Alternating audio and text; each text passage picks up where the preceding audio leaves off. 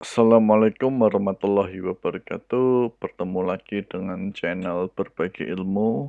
Kali ini kita mau bahas tentang dunia ekonomi ya, khususnya tentang hukum ekonomi atau koperasi ya, hukum koperasi. Ada kaitannya juga dengan hukum perbankan sedikit. Nah, salah satu yang menarik adalah tema kali ini, yaitu bolehkah koperasi menghimpun dana masyarakat, intinya seperti itu. Kenapa? Karena beberapa hari yang lalu ya, saya sempat browsing lah ya di internet, kemudian menemukan beberapa informasi, bahkan beberapa putusan pengadilan itu yang terkait dengan koperasi dalam hal kegiatannya menghimpun dana masyarakat. Nah, apakah boleh secara hukum atau tidak boleh, atau seperti apa konsekuensinya? Nah, kita akan bahas dalam pembahasan kali ini. Kita masuk langsung ke materi ya. Nah, pembahasan ini saya coba, atau diskusi ini saya coba kerucutkan atau saya sempitkan pada koperasi simpan pinjam. Kenapa? Karena sifatnya koperasi simpan pinjam seperti dengan apa namanya, yaitu menyimpan dan meminjamkan. Nah, siapa yang bisa meminjam dan menyimpan dan meminjam itu secara normatif adalah anggota dan calon anggota. Nah, ini saya ambil dari salah satu putusan pengadilan negeri Pati ya, terkait koperasi, yaitu anggota dan calon anggota serta koperasi lain dan anggotanya. Nah, ternyata koperasi simpan pinjam dibatasi. Dibatasi apa? Dibatasi siapa saja yang boleh menyimpan di sana, yaitu harus jadi anggota atau minimal calon anggota. Nah, calon anggota itu menurut keterangan saksi ahli ya dalam putusan itu adalah orang yang sudah membayar simpanan pokok. Ya, kalau di koperasi itu kan ada simpanan pokok sama simpanan wajib kalau nggak salah ya. Nah, kalau simpanan pokok sudah bayar, maka dia adalah calon anggota. Sedangkan anggota adalah sudah bayar simpanan pokok dan terdaftar dalam buku anggota. Nah, jadi dua kategori inilah yang bisa melakukan simpan pinjam. Nah, bagaimana jika koperasi menawarkan masyarakat luar yang belum menjadi anggota koperasi untuk menyimpan uangnya di koperasi? Boleh nggak sih? Nah, aturannya adalah di pasal 16 Undang-Undang nomor 10 tahun 98, yaitu perubahan tentang perbankan ya.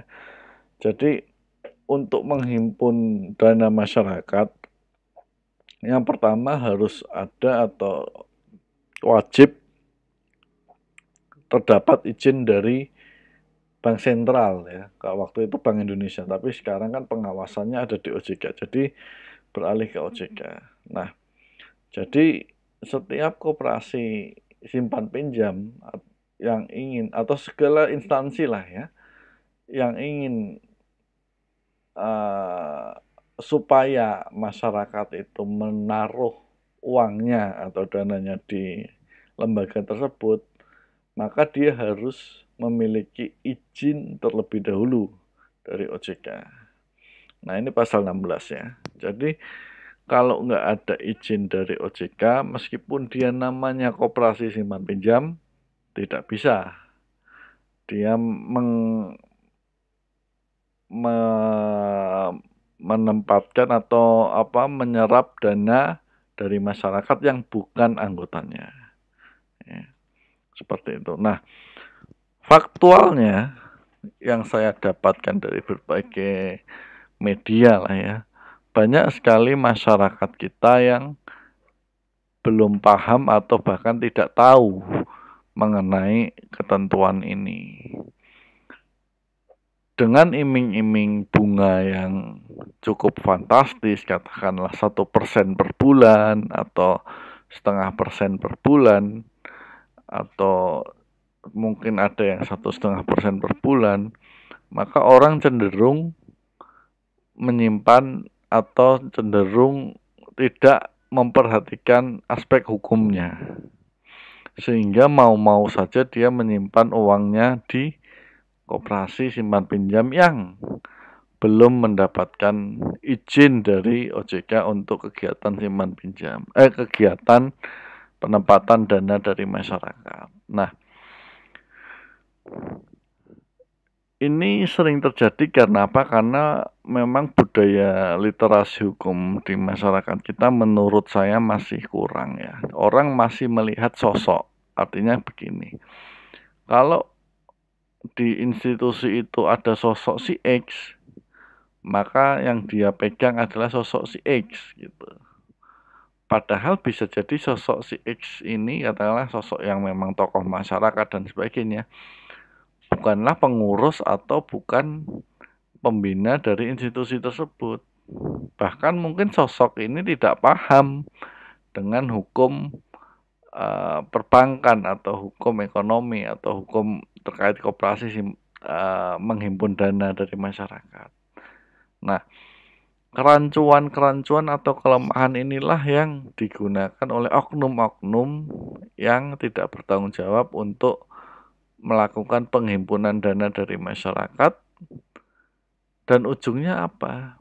Ujungnya dana tersebut tidak bisa kembali lagi ke masyarakat. Artinya ketika masyarakat ingin mengambil dananya di koperasi tersebut akan mendapatkan kesulitan. Nah, ini yang harus diwaspadai oleh kita semua.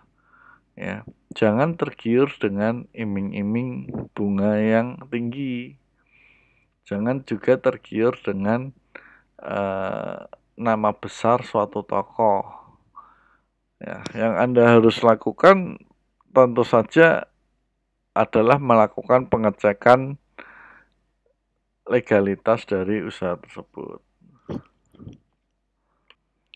Memang secara psikologis itu ada yang namanya faktor mengikuti arus atau mengikuti emosional arus masyarakat. Contohnya seperti ini, ketika seseorang mencoba untuk melakukan menyimpan uang di koperasi yang tidak berizin dari OJK untuk nabung, katakanlah diiming-imingi bunga 2%, contoh seperti itu.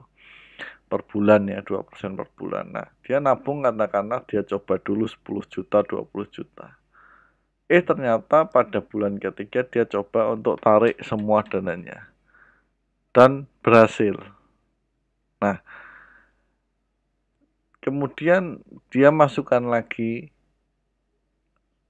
uang yang lebih besar. Nah, pengalaman dia berhasilnya menarik uang, menempatkan terus bunganya dibayar, itulah yang membuat secara psikologis orang percaya bahwa ini benar kok, usaha ini legal dan nyatanya berhasil. Padahal tidak seperti itu ya.